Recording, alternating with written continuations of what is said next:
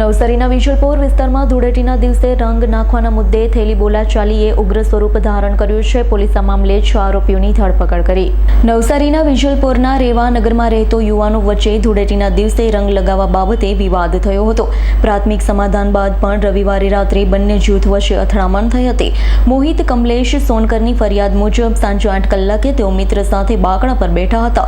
નીરજ ભારતીય સાથે રંગ નાખવા બાબતે બોલાચાલી થઈ હતી। આ મામલે સમાધાન થયા बाद रात्रे 12:30 कलाके अमित भारतीय सहित 5 लोकोए मोहितने मार मारी जानथी मारी नाखवानी धमकी आपी। सामा पक्षी अरविंद भारतीये फरियाद नोंधावी के रात्रे 1 कलाके पवन, मोहित, नीरज सोनकर, राहुले तेमना घरमां गैरकायदेसर प्रवेश करी पत्थरमारो कर्यो। तेमना भाई अमितने पत्थर अने गैसना पाइप वडे मार मार्यो। आ दरमियान घर आंगणे मूकेली साइकल पण तोड़ी नाखवामां आवी। विजलपोर पोलीसे बंने जूथनी सामसामे फरियाद नोंधी छे। आरोपीनी धरपकड करी छे। गुजरात पोलीसना डीजीना असामाजिक तत्वोने काबूमां करवाना आदेश अंतर्गत कार्यवाही करवामां आवी छे।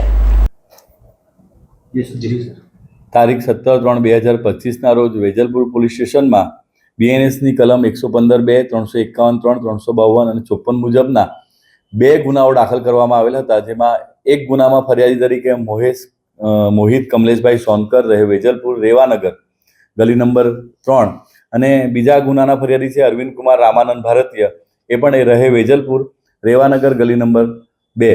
આ બંને ફરિયાદીઓની ફરિયાદ લઈને સામે જે ફરિયાદી મોહિતભાઈ સોનકર છે એમાં 4 આરોપીઓ છે, અરવિંદ ભારતીય, અમિત ભારતીય, નીરજ ટંટન ભારતીય અને દિલીપ ભારતીય।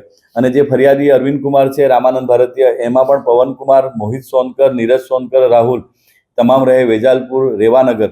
એ બંને ગુનાઓમાં 4 આરોપીઓની સામસામે ફરિયાદ લેવામાં આવેલ હતી।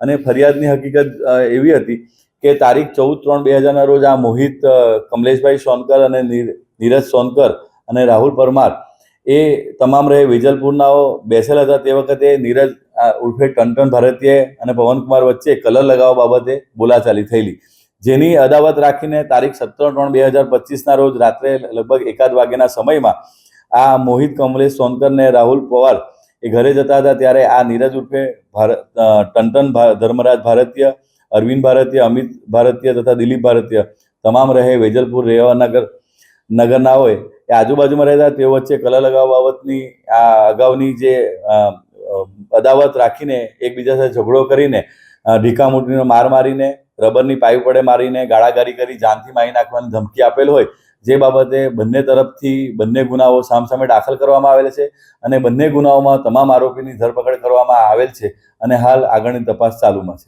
Bureau report S9 news Navsari. અમારી તમામ માહિતીથી અપડેટ રહેવા માટે જોડાયેલા રહો S9 ન્યૂઝ સાથે।